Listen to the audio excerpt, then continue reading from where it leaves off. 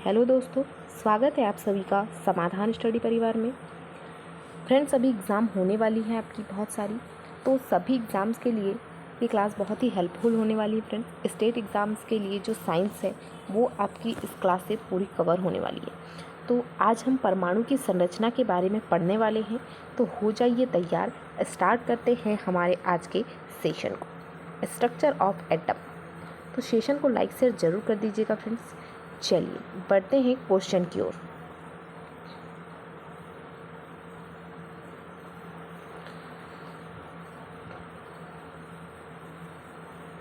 परमाणु के Bohr model की उत्पत्ति के लिए उत्तरदायी महत्वपूर्ण कारक है विद्युत चुंबकीय विकिरणों की दोहरी प्रकृति, परमाणु स्पेक्ट्रम के संबंध में प्रायोगिक परिणाम, परमाणु में मानी गई क्वांटीकृत इलेक्ट्रॉनिक ऊर्जा स्तरों की व्याख्या करते हैं। विकल्प ए तथा बी दोनों उपरोक्त में से कोई नहीं। आंसर होगा साथियों ऑप्शन सी, विकल्प ए तथा बी दोनों। ऑप्शन सी हमारा इसका राइट आंसर होगा।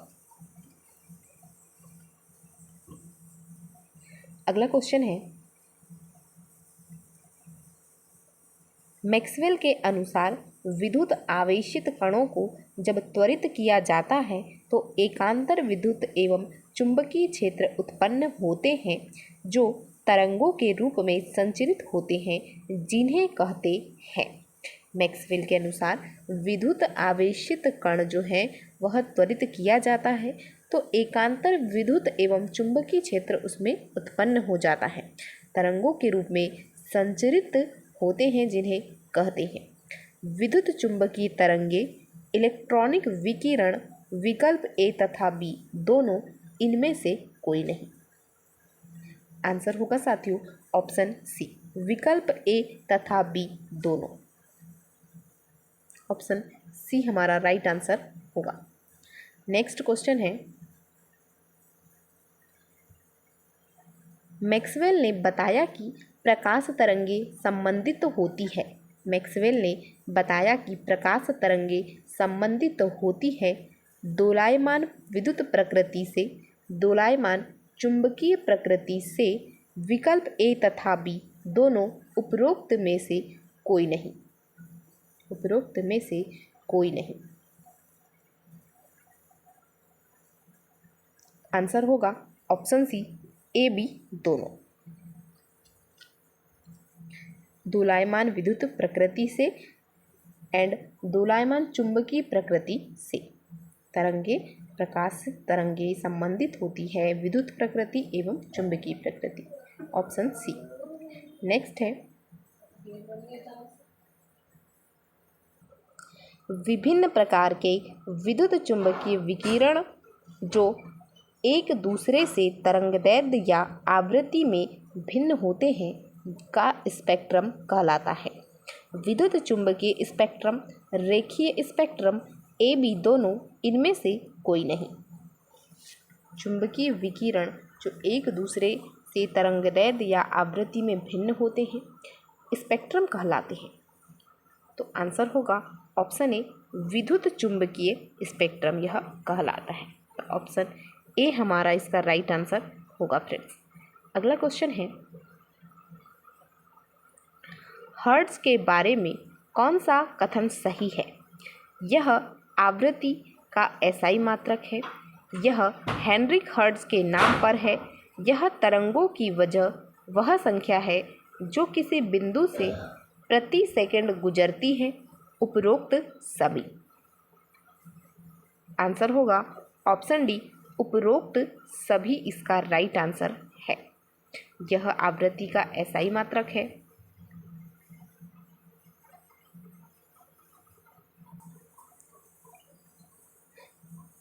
आवृत्ति का एसआई मात्रक है, हेनरिक हर्ट्ज के नाम पर है, तरंगों की वह संख्या है जो किसी बिंदु के से प्रति सेकंड गुजरती है। तो उपरोक्त सभी, ऑप्शन डी इसका राइट आंसर होगा। अगला क्वेश्चन है,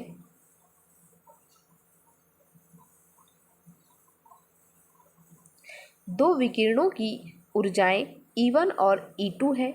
क्रमशः 25 इलेक्ट्रॉन वोल्ट तथा 50 इलेक्ट्रॉन वोल्ट है, उनकी तरंग दैर्ध्य λ1 एवं λ2 के संबंध होगा λ1 = 1/2 λ2, λ1 = λ2, λ1 = 2 λ2, λ1 = 4 λ2। राइट आंसर होगा ऑप्शन सी। λ1 = 2,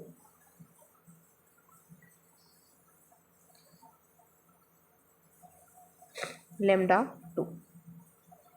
ऑप्शन सी हमारा राइट आंसर होगा। अगला है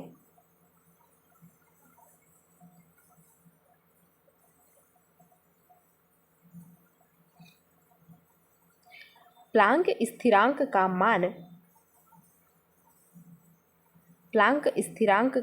मान 6.63 गुणा 10⁻34 की घात जूल सेकेंड है तथा प्रकाश की गति 3 गुणा 10⁻17 की घात नैनोमीटर से सेंटीमीटर-1 होती है। निम्न में से 6 गुणा 10⁻15 से -1 आवृत्ति वाले क्वांटम प्रकाश के समीप तरंगदैर्ध्य नैनोमीटर का मान होगा। ऑप्शन ए है 10, 25, 50, 75। 10, 25, 50, 75। राइट आंसर होगा ऑप्शन सी 50। अगला क्वेश्चन है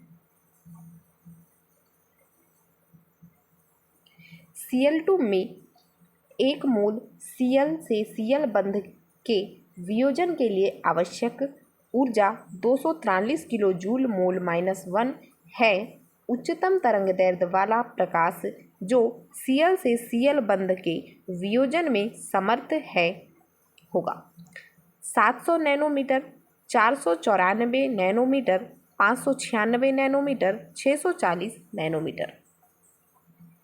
राइट आंसर होगा 494 नैनोमीटर, ऑप्शन बी। अगला क्वेश्चन है फ्रेंड्स,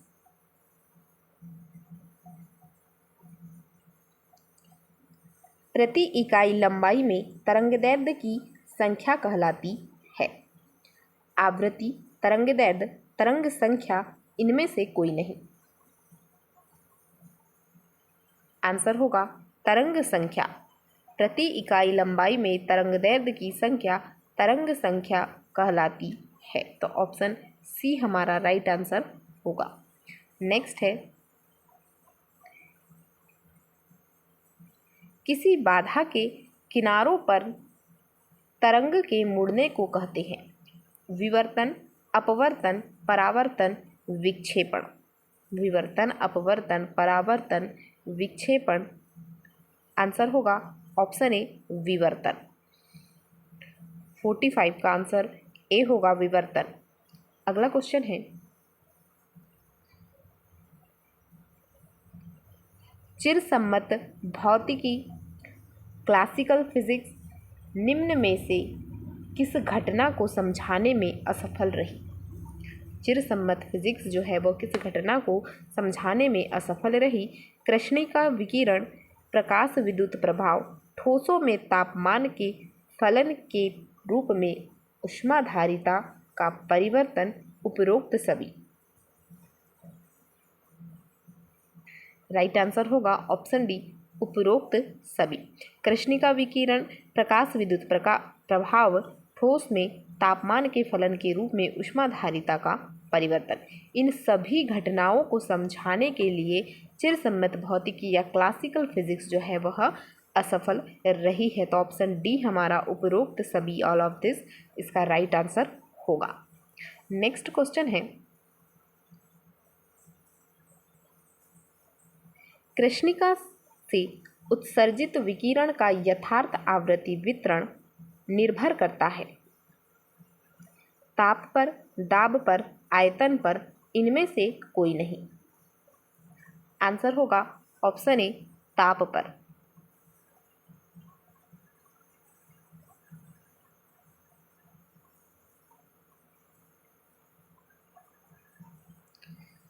ताप पर इसका राइट आंसर होगा। अगला क्वेश्चन है,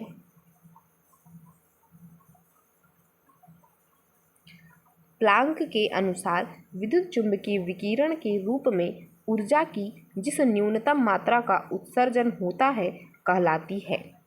फोटान, क्वांटम, ए बी दोनों, इनमें से कोई नहीं। फोटान, क्वांटम, ए बी दोनों, इनमें से कोई नहीं। राइट आंसर होगा ऑप्शन बी क्वांटम।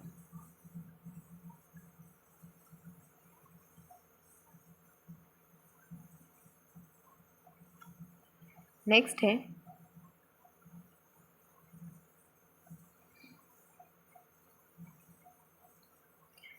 पैंतालीस नैनोमीटर तरंगदैर्ध्य वाले प्रकाश से संबंधित ऊर्जा की गणना जूल में कीजिए। 6.67 गुणा 10 पर 15 की घात, 6.67 गुणा 10 पर 11 की घात, 4.42 गुणा 10 पर 15 की घात, 4.42 गुणा 10 पर -18 की घात। 45 नैनोमीटर तरंगदैर्ध्य वाले प्रकाश से संबंधित ऊर्जा की गणना 6 जूल में होगी। 4.42 गुणा 10 पर -18 की पावर, जो है इसका राइट आंसर होगा ऑप्शन डी। नेक्स्ट क्वेश्चन है, प्रकाश विद्युत प्रभाव में उत्सर्जित इलेक्ट्रॉनों की संख्या अनुतक्रमानुपाती होती है। प्रकाश की तीव्रता के, प्रकाश की उज्ज्वलता के विकल्प ए तथा बी दोनों, उपरोक्त में से कोई नहीं। राइट आंसर होगा ऑप्शन सी ए बी दोनों। नेक्स्ट है, आवृत्ति की वह न्यूनतम मात्रा V0 जिससे निम्न आवृत्ति पर प्रकाश विद्युत प्रभाव प्रक्षित नहीं करता कहलाती है। देहली आवृत्ति, उच्चतम आवृत्ति, निम्नतम आवृत्ति, इनमें से कोई नहीं। राइट आंसर होगा देहली आवृत्ति।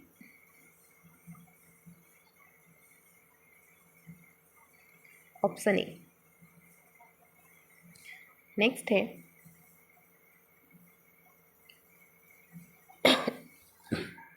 उत्सर्जित इलेक्ट्रॉनों की गतिज ऊर्जा होती है। विद्युत चुंबकीय विकिरणों की आवृत्ति के समान, विद्युत चुंबकीय विकिरणों की आवृत्ति के समानुपाती, विद्युत चुंबकीय विकिरणों की आवृत्ति से अधिक, विद्युत चुंबकीय विकिरणों की आवृत्ति के व्युत्क्रमानुपाती।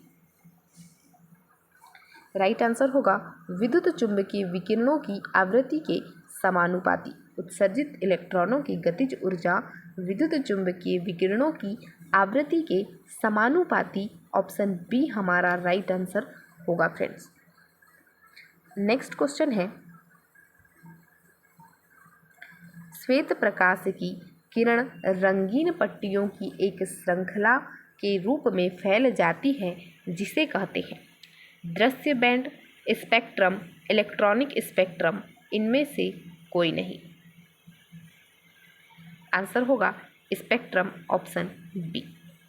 नेक्स्ट है, पदार्थ द्वारा ऊर्जा अवशोषण के बाद उत्सर्जित विकिरणों का स्पेक्ट्रम कहलाता है। अवशोषण स्पेक्ट्रम, उत्सर्जन स्पेक्ट्रम, श्वेत प्रकाश स्पेक्ट्रम, उपरोक्त में से कोई नहीं।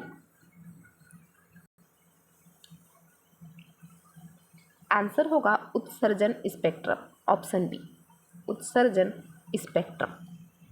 नेक्स्ट है,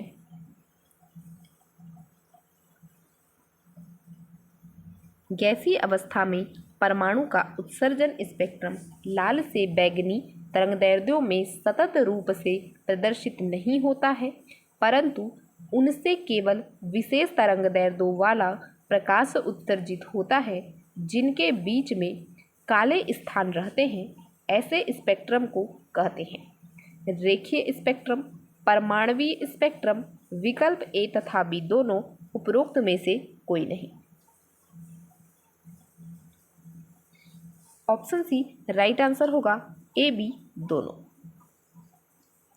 नेक्स्ट है, उत्सर्जन स्पेक्ट्रम का प्रयोग होता है। इलेक्ट्रॉनिक संरचना के अध्ययन में, अज्ञात परमाणुओं के रासायनिक विश्लेषण में, ए बी दोनों में, उपरोक्त में से कोई नहीं। उत्सर्जन स्पेक्ट्रम का प्रयोग होता है, आंसर होगा ए बी दोनों, इलेक्ट्रॉनिक संरचना के अध्ययन में तथा अज्ञात परमाणुओं के रासायनिक विश्लेषण में। तो ए बी दोनों, ऑप्शन सी हमारा राइट आंसर होगा। नेक्स्ट क्वेश्चन है,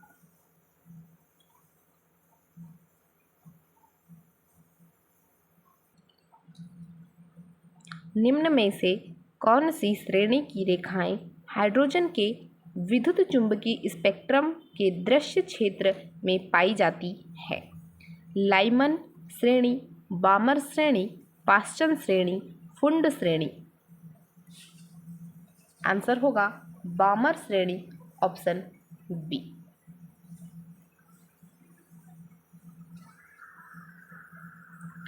अगला क्वेश्चन है,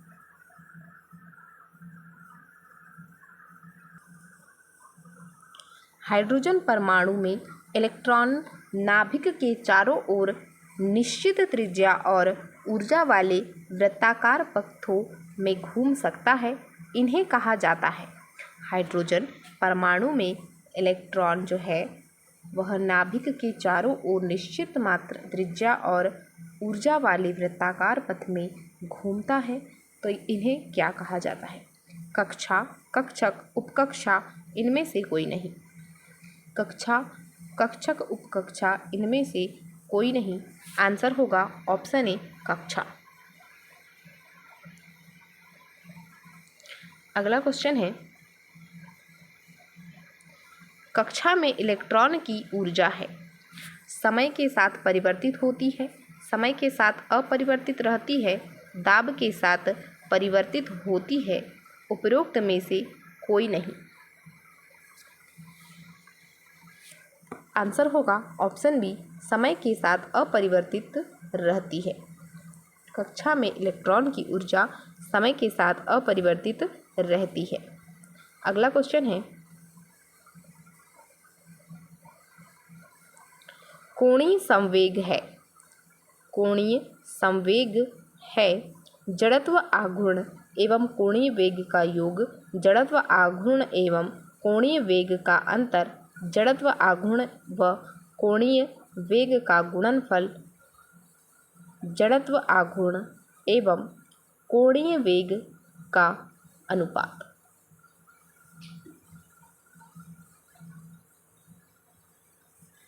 आंसर होगा ऑप्शन सी, जड़त्व आघूर्ण एवं कोणीय वेग का गुणनफल कोणीय संवेग होता है। तो ऑप्शन सी हमारा राइट आंसर होगा, जड़त्व आघूर्ण का कोणीय, जड़त्व आघूर्ण एवं कोणीय वेग का गुणनफल कोणीय संवेग कहलाता है। अगला क्वेश्चन है, इलेक्ट्रॉन की अवस्थाओं को n = 1 2 3 ब्लैंक आदि पूर्णांक संख्याओं से दर्शाया जाता है। ये पूर्णांक संख्याएं कहलाती है मुख्य क्वांटम संख्या, द्विगंशी क्वांटम संख्या, प्रचक्रण क्वांटम संख्या, इनमें से कोई नहीं। आंसर होगा मुख्य क्वांटम संख्या। n = 1 2 3 ब्लैंक आदि पूर्णांक संख्याओं से दर्शाया गया है, तो ये पूर्णांक संख्याएं जो है वह मुख्य क्वांटम संख्या कहलाती है। ऑप्शन ए हमारा राइट आंसर होगा। नेक्स्ट क्वेश्चन है,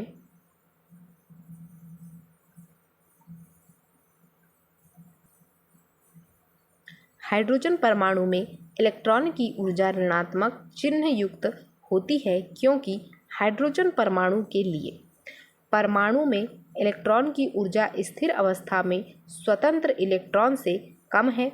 स्थिर अवस्था में स्वतंत्र इलेक्ट्रॉन वह इलेक्ट्रॉन होता है जो नाभिक से अनंत दूरी पर हो। स्थिर स्वतंत्र इलेक्ट्रॉन की ऊर्जा को शून्य मान लेते हैं। उपरोक्त सभी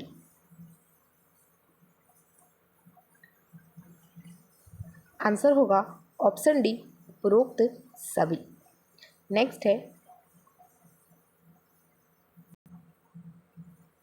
निम्न में से किसमें n=2 से n=1 में इलेक्ट्रॉनिक स्थानांतरण लघुत्तम तरंगदैर्ध्य उत्पन्न करेगा? यहाँ n बराबर मुख्य क्वांटम संख्या है। जो n=2 और n=1 है वह मुख्य क्वांटम संख्या है। तो इलेक्ट्रॉनिक विन्यास स्थानांतरण लघुत्तम तरंगदैर्ध्य उत्पन्न करेगा। He+, H plus Li2+, helium plus H plus lithium 2+।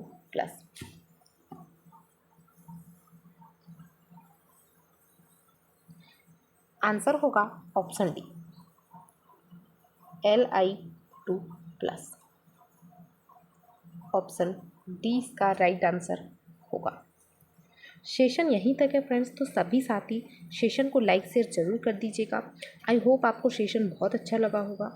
आगे भी हम अच्छे क्वेश्चन आपको करवाएंगे फ्रेंड्स, तो बने रहे समाधान स्टडी परिवार के साथ में और देखते रहे क्लासेस, अपनी तैयारी करें फ्रेंड्स। अभी एग्ज़ाम होने वाली है, ठीक है। मिलते हैं अगली क्लास में। Thank you for watching.